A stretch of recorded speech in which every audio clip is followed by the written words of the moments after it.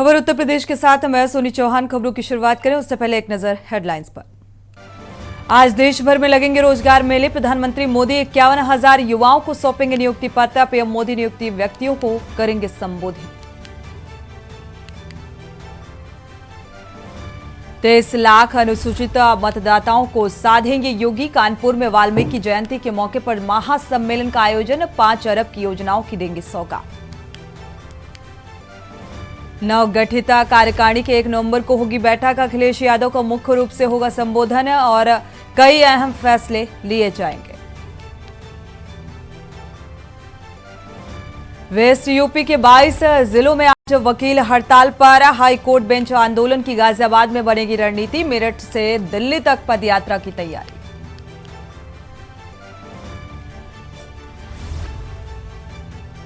रहें सावधान, ठंड के साथ बढ़ेगा स्मॉग। और नोएडा में 27 दिन में 53 लाख का जुर्माना। और शरद पूर्णिमा में चंद्र ग्रहण होगा आज। चांद की 16 कलाओं पर ग्रहण का साया दोपहर 3:30 बजे से बंद हो जाएंगे मंदिर। आप देख रहे हैं के न्यूज, खबरों का सारथी। और इसी बीच कानपुर से बड़ी खबर आपको बता दें। कानपुर से अहम खबर सामने आ रही है। अधिवक्ता ने सीएम योगी को खून से पत्र लिखा है। खून से पत्र लिखकर जूही थाना पुलिस को शिकायत की। राष्ट्रीय इंटर कॉलेज ग्राउंड में सीएम को एक ज्ञापन देने के लिए पहुंचे अधिवक्ता। कार्यक्रम स्थल पर पुलिस अधिकारियों ने अधिवक्ता से ज्ञापन लिया है। तो हिंदू देवी देवताओं और पीएम मोदी के अपमान मामले में यह पत्र लिखा गया। कार्रवाई न होने पर यह पत्र लिखा गया और करीब 1 साल बाद पुलिस ने मामले में चार्जशीट नहीं लगाई है। कार्रवाई न होने पर आहत अनिरुद्ध ने अपने खून से पत्र लिखा।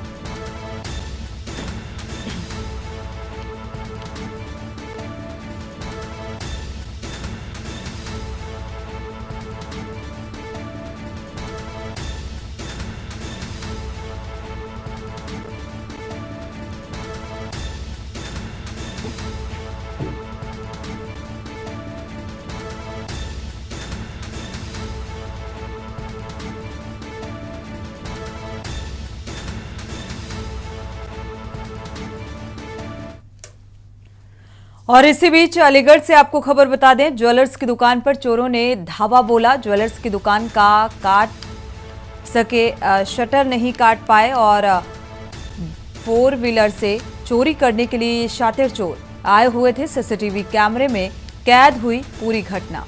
तो टप्पल इलाके की ये घटना सामने आ रही है। वहां पर लगे सीसीटीवी में ये पूरा घटनाक्रम कैद हुआ। जो तस्वीरें सामने आ रही हैं, दरअसल चोरी की फिराक में ये 4 व्हीलर से आए हुए थे। चोरी की घटना को अंजाम नहीं दे सके महज इस वजह से क्योंकि शटर नहीं काट पाए। अलीगढ़ से एक खबर सामने आ रही है। तो ये पूरा घटनाक्रम वहां लगे सीसीटीवी में कैद हो गया। तो सीसीटीवी फुटेज हैं ये जो सामने आ रहे हैं, जहां पर चोर चोरी की वारदात को अंजाम देने की फिराक में थे।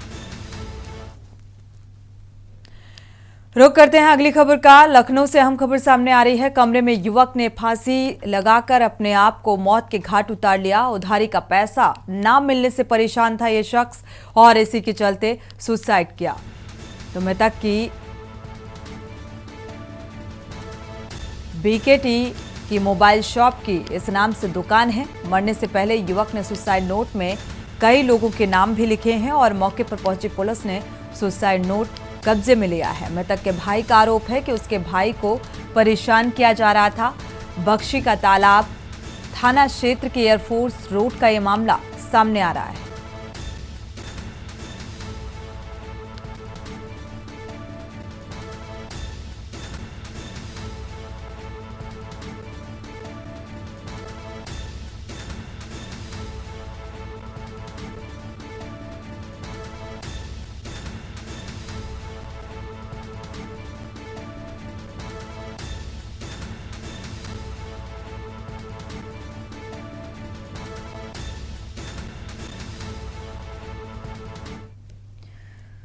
देवबंद से आपको खबर बता दें, महिला से युवक ने दुष्कर्म किया है। पहले अश्लील वीडियो बनाई, फिर ब्लैकमेल किया।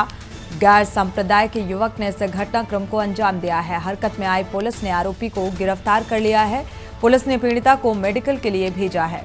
आरोपी के खिलाफ संगीन धाराओं के तहत मुकदमा दर्ज किया गया। देवबंद के एक मोहल्ले की यह घटना सामने आ रही है।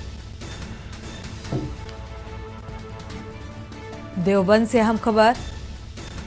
फिलहाल पुलिस ने आरोपी को गिरफ्तार कर लिया है और आगे की कार्रवाई शुरू कर दी है।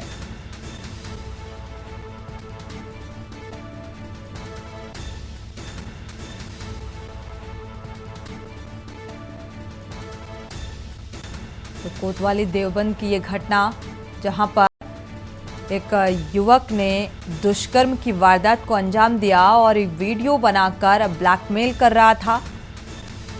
अश्लील वीडियो बनाई और इसके बाद ब्लैकमेल कर रहा था। हालांकि इस बात की शिकायत की गई और गैर संप्रदाय से जुड़ा हुआ ये युवक बताया जा रहा है। फिलहाल आरोपी को पुलिस ने गिरफ्तार कर लिया है।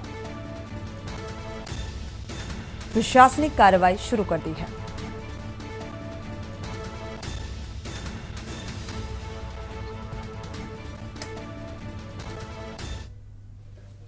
और इसी बीच बड़ी खबर से आपको रूबरू करा दें। कानपुर से अहम खबर सामने आ रही है। कानपुर पहुंचे हैं सीएम योगी आदित्यनाथ।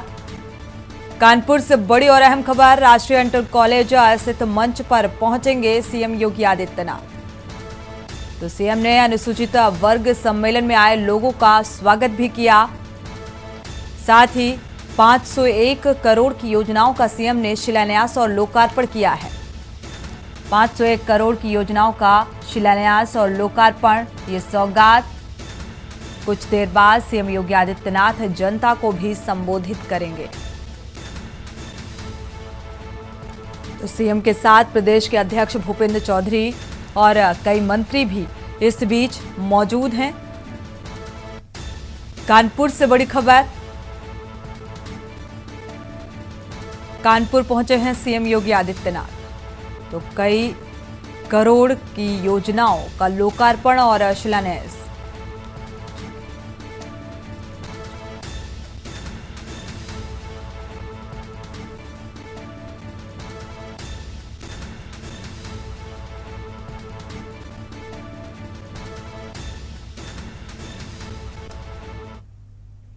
बढ़ते आगे, उत्तर प्रदेश के 35 जिलों में 1058 परीक्षा केंद्रों पर यूपी SSS और अधीनस्थ सेवा चयन आयोग द्वारा पेट की परीक्षा का आयोजन कराया जा रहा है। और बता दें कि राजधानी लखनऊ में 49 परीक्षा केंद्र बनाए गए हैं, जहां पर करीब 24,000 से ज्यादा अभ्यर्थी परीक्षा देते हुए नजर आएंगे। और बात अगर की जाए अधीनस्थ चयन आयोग के अध्यक्ष प्रवीण कुमार की, तो उनका खासतौर से कहना है कि परीक्षा केंद्रों पर बाकायदा तैयारी कर ली गई है। सीसीटीवी कैमरे के माध्यम से नजर रखी जाएगी। चयन आयोग के मुख्यालय द्वारा इसकी निगरानी भी की जा रही है और जो लगभग 80,000 से ज्यादा कर्मचारी परीक्षा केंद्रों पर तैनात किए गए हैं। जिस तरह से देखा जाता था कि परीक्षा केंद्रों पर जो गड़बड़ी होती थी, इस बार नया प्रयोग किया जा रहा है। अभ्यर्थियों के लिए बायोमेट्रिक फेस रिकॉग्नाइज किया गया है और इसके माध्यम से अटेंडेंस भी लगाई जाएगी। खासतौर पर जो गड़बड़ी होती थी परीक्षा केंद्रों पर, एक अभ्यर्थी दूसरे अभ्यर्थी के स्थान पर परीक्षा देता था, अब इसको कहीं न कहीं सुदूर करने के लिए आयोग चयन द्वारा बेहद महत्वपूर्ण कदम उठाए गए हैं। उत्तर प्रदेश के 35 जिलों समेत राजधानी लखनऊ में 2 पालियों में परीक्षा आयोजित की जा रही है। और बात की जाए तो पहली पाली में सुबह करीब 10 बजे से 12 बजे तक और दूसरी पाली की बात की जाए तो 3 से 5 बजे तक परीक्षा होगी। और यूपी SSS द्वारा परीक्षा का आयोजन किया जा रहा है।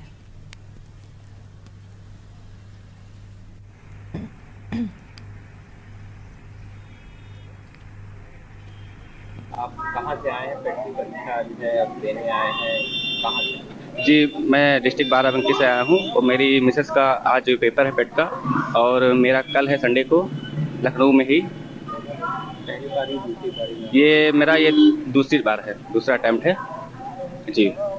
किस तरह की तैयारी है, कितना टफ है और क्या लग रहा है एग्जाम निकाल रहा है? सर टफ तो है भी, क्योंकि जिस हिसाब से सिलेबस है तो उसमें काफ़ी डीपली हमको पढ़ना पड़ता है।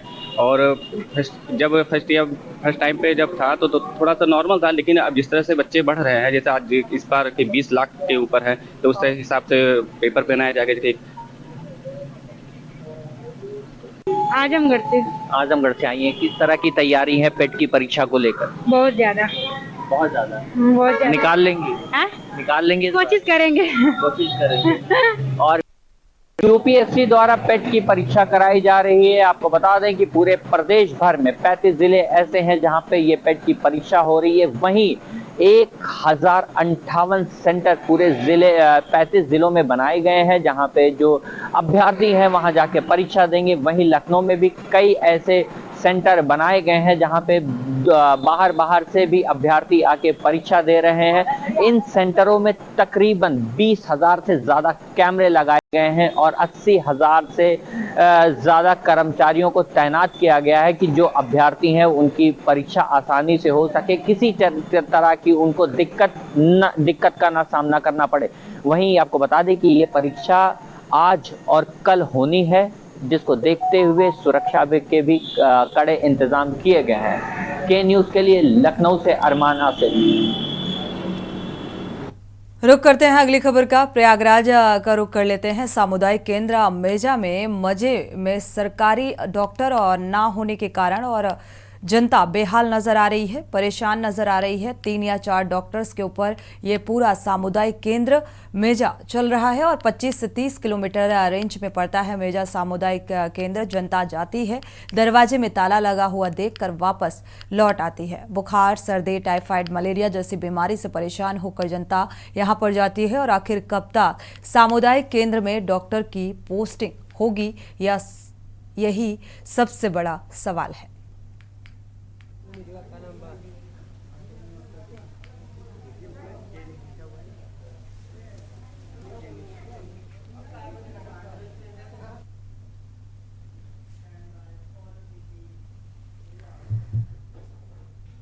उधर वृंदावन में श्री कृष्ण जन्मभूमि संघर्ष न्यास द्वारा एक राष्ट्रीय चिंतन शिविर का आयोजन किया गया, जिसमें देश विदेश के कृष्ण भक्तों ने भाग लिया और सभी साधु संतों, महंतों, भगवताचार्यों और कृष्ण जन्मभूमि पर अवैध कब्जा कर चिंता व्यक्त की है। और श्री कृष्ण जन्मभूमि संघर्ष न्यास के अध्यक्ष दिनेश शर्मा ने ऐलान किया है कि सभी कृष्ण भक्तों के साथ 6 दिसंबर को 11 लाख दीपों के साथ कृष्ण जन्मभूमि मंदिर परिसर में दीप दान करेंगे। और श्री कृष्ण जन्मभूमि संघर्ष न्यास की बैठक में सभी साधु संत और महामंडलेश्वर ने हिस्सेदारी ली।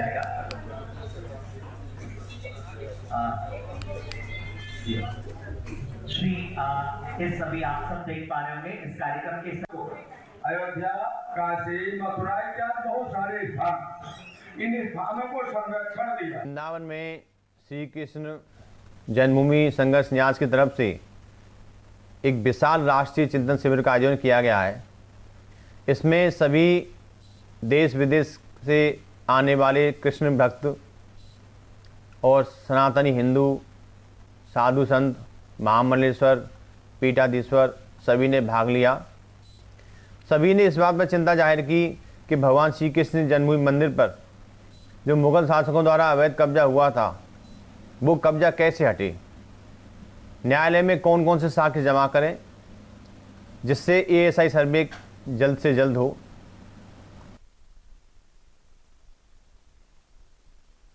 आगे बदायूं जिले के ब्लॉक सलारपुर के ग्राम निजामपुर पस्तौर में ग्राम पंचायत सहायक अपनी दबंगई के चलते कभी भी पंचायत भवन पर नहीं बैठते और ग्रामीण अपने आवश्यक कागज बनवाने के लिए जाते हैं तो पंचायत घर में ताला लगा हुआ मिलता है। गायब ग्रामीण पंचायत घर के चक्कर लगाते हैं और इसके जो ग्रामीण हैं वो बेहद परेशान हैं। फिलहाल प्रधान ने बताया कि पंचायत सहायक मुंशी पुत्र नन्हे हेकड़ा व्यक्ति एक ऐसे व्यक्ति हैं जिस पर गौकशी जैसे मामले भी दर्ज थे। गांव में आतंक मचा रखा था और ग्रामीण प्रमाण पत्र, मृत्यु प्रमाण पत्र व जन्म प्रमाण पत्र बनवाने के लिए जाते हैं तो पंचायत के घर में ताला लगा हुआ मिलता है।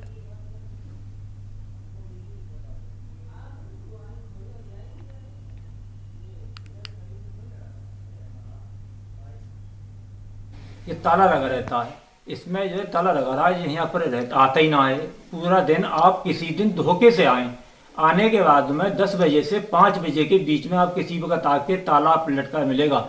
एक दिन मैंने कहा तो गाली गलौज पे उतर आया, कोई डर के मारे कहता ना। इनकी एक टीम है पूरी 20-25 गुंडों की, अगर कोई किसी ने अगर बुराई कर दी तो जानलेवा हमला कर सकते हैं जी साहब। मुझे अपनी जान का खुद खतरा है, इन्होंने ऐसी चेतावनी देते हैं कि हम तुझे जान से मार देंगे अगर तूने जुबान खोली।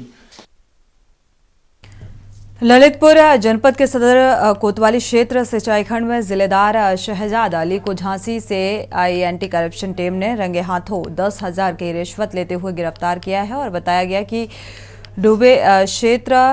डूब क्षेत्र के किसानों को खेती करने के लिए पट्टे दिए जाते हैं और इन्हीं के नवीनीकरण करने के नाम पर अवैध रूप से पैसे वसूले जाते हैं। जिलेदार द्वारा पट्टे के नवीनीकरण करने के नाम पर 20,000 रुपए का सौदा हुआ था, जिसमें 10,000 एडवांस दे दिए गए थे और 10,000 बाद में देने का वादा किया गया। एंटी करप्शन टीम को सूचना देकर पहले ही भूमिका बना ली गई थी। केमिकल लगे हुए 10,000 के नोट एंटी करप्शन टीम ने किसान को दे दिए थे और जैसे ही किसान ने जिलेदार को 10,000 रुपए दिए, मौके पर तैनात एंटी करप्शन टीम ने रंगे हाथों जिलेदार को केमिकल लगे नोटों के साथ गिरफ्तार कर लिया। साथ ही जिलेदार के साथ रहने वाला प्राइवेट कर्मचारी जो कि लेन देन का कार्यकर्ता था, टीम ने उसे भी गिरफ्तार किया है।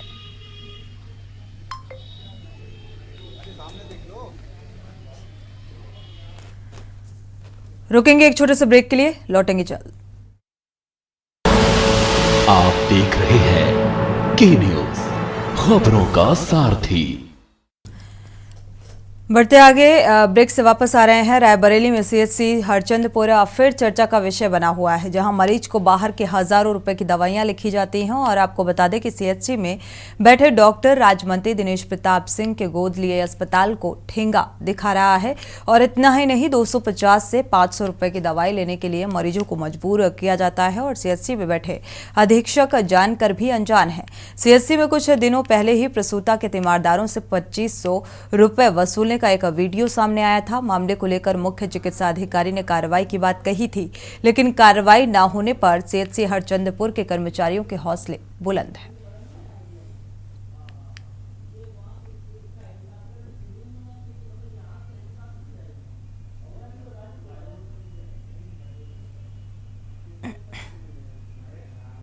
अस्पताल? हाँ, तो क्या दिखवाया आपने किसी को? हाँ। किसको दिखवाया? कोई दवाई वही लिखी का बाहर पे? हाँ। कितने रुपए के? अरे मतलब नहीं पता ना, हम पढ़े ना लिखे। नहीं हुआ, जब मेडिकल दवाई लावेगा तो कितने बताए? 260 रुपए के। अब क्या हुआ? हम वापस गए ना, घूमा फिर आवा भाड़ा तुम्हारे पास नहीं। क्या नाम बताया आपने? कहाँ से आई हैं? कठुआरा। भोपाल से अहम खबर है। राम मंदिर पर सियासत गर्म है। राम मंदिर के होर्डिंग पर बोले वीडी शर्मा, राम मंदिर के होर्डिंग पर कांग्रेस को आपत्ति क्यों? करप्शन नाथ और बंटाधार आप भी लगाइए। कांग्रेस के मीडिया विभाग के अध्यक्ष पर निशाना साधते हुए नजर आए और ये कांग्रेस का दोहरा चरित्र है, ये इस बात का भी जिक्र करते हुए नजर आए। कांग्रेस में फूट डालो, राज्य करो की गारंटी है, तो वीडी शर्मा का ये बयान।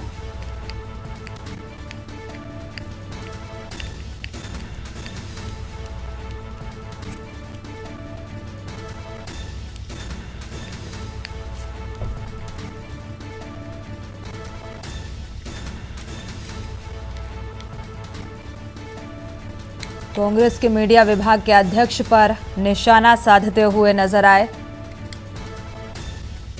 ये कांग्रेस का दोहरा चरित्र। वीडी शर्मा का ये बयान सामने आया।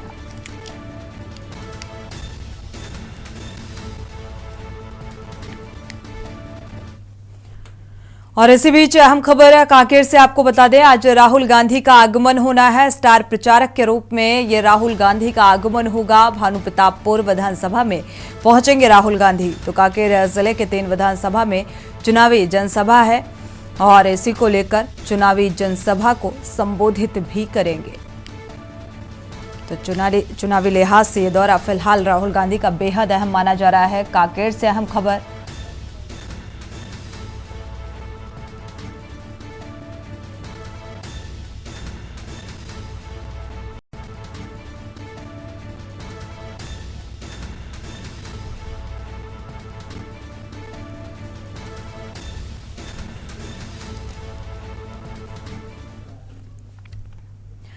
बढ़ते आगे रायपुर से हम खबर। आपने विजय झा को टिकट दिया है। रायपुर दक्षिण विधानसभा क्षेत्र से ये टिकट दिया गया। गुरु शिष्य और मित्र के मैदान में आने से त्रिकोणीय संघर्ष नजर आ रहा है। 7 बार से क्षेत्र के विधायक रह चुके हैं बृजमोहन अग्रवाल और बृजमोहन के सामने विजय झा को आपने मैदान में उतारा। विजय झा के समर्थकों में जबरदस्त उत्साह देखने को मिल रहा है। बृजमोहन अग्रवाल को पुरानी बस्ती क्षेत्र से बढ़त मिलती हुई नजर आ रही है।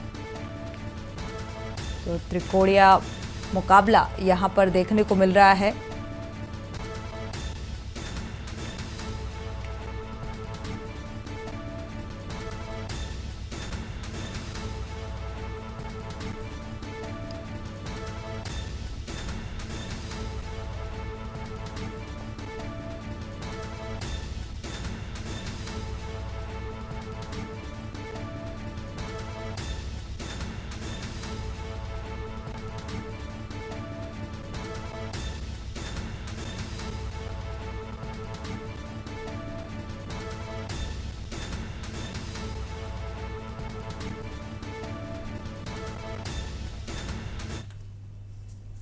खबर बाराबंकी से है, जहां फर्जी जन्म प्रमाण पत्र मामले में रामपुर के एमपी एमएलए कोर्ट ने आजम खान और पत्नी तंजिम फातिमा और बेटे अब्दुल्ला आजम को 7-7 साल की सजा सुनाई है। अदालत के फैसले में समाजवादी पार्टी को तगड़ा झटका लगता हुआ नजर आ रहा है।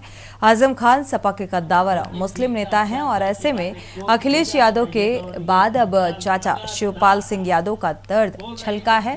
उन्होंने कहा है कि आजम खान को मुसलमान होने की सजा मिली है और उनके खिलाफ साजिश और षड्यंत्र रचा गया।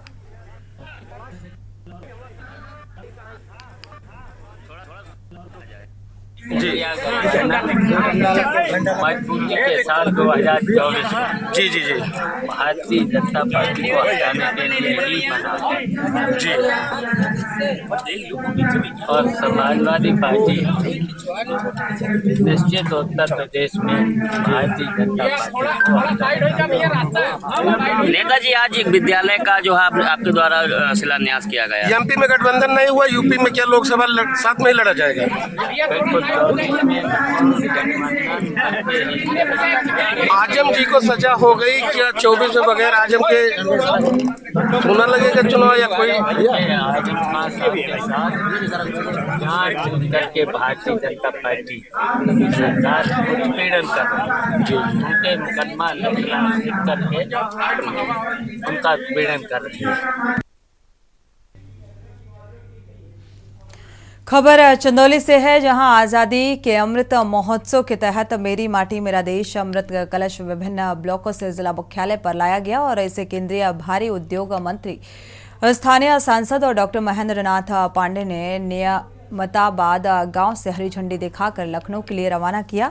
इस दौरान भव्य समारोह में देशभक्ति से ओतप्रोत सांस्कृतिक कार्यक्रम का आयोजन किया गया। अपने संबोधन में केंद्रीय मंत्री ने कहा कि इस कार्यक्रम का मुख्य उद्देश्य लोगों के अंदर राष्ट्रभक्ति की भावना को जगाना है। अमृत महोत्सव वर्ष जब पूर्ण हुआ 15 अगस्त 2023 को, उसी दिन माननीय श्री नरेंद्र मोदी जी ने विश्व के नेता प्रधानमंत्री बने। 2023 15 अगस्त से 2047 तक के कालखंड को अमृत काल कहा और उसी में इस अमृत कलश की परिकल्पना दी गई कि हर गांव से एक चुटकी मिट्टी कलश में, गांव से ब्लॉक, ब्लॉक से जिला, जिला से प्रदेश, प्रदेश से देश और शहरों में वार्डों से अक्षर। गांव में उत्साह ऐसा रहा कि लोगों ने मिट्टी भी दिया, अक्षर भी दिया और वो इकट्ठा होकर के खड़ जाएगा भारत की राजधानी में कर्तव्य पथ के निकट, जहां शहीदों की स्मृति में स्मारक बने हैं, जो भारत के लिए शहीद हुए, जो भारत की रक्षा के लिए जो हमारे सैनिक शहीद हुए, उसी जगह अमृत वाटिका भारत की सबसे बड़ी वाटिका वहां बनेगी। और इसी बीच कौशाम्बी से अहम खबर सामने आ रही है। प्लाईवुड फैक्ट्री में भीषण आग लगी है। कौशाम्बी से बड़ी खबर और इस धमाके में 4 मकान धराशायी हुए। कौशाम्बी से अहम खबर, प्लाईवुड फैक्ट्री में यह धमाका और धमाके के बाद भीषण आग। तो 4 मकान ध्वस्त होने की खबर सामने आ रही है और धमाके के बाद यहां पर पटाखे भी पाए गए। जो वजह सामने आ रही है, पटाखा के धमाके से ये आग लगी।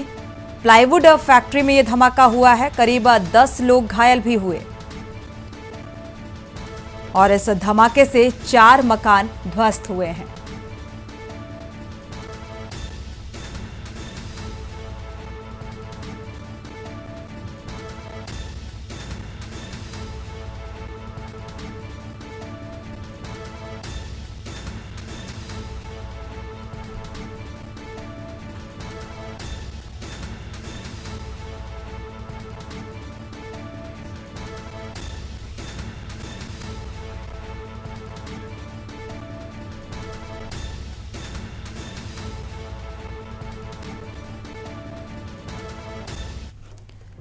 इसी के साथ खबर उत्तर प्रदेश में फिलहाल बस इतना ही। आगे खबरों के लिए आप देखते रहिए के न्यूज़ इंडिया।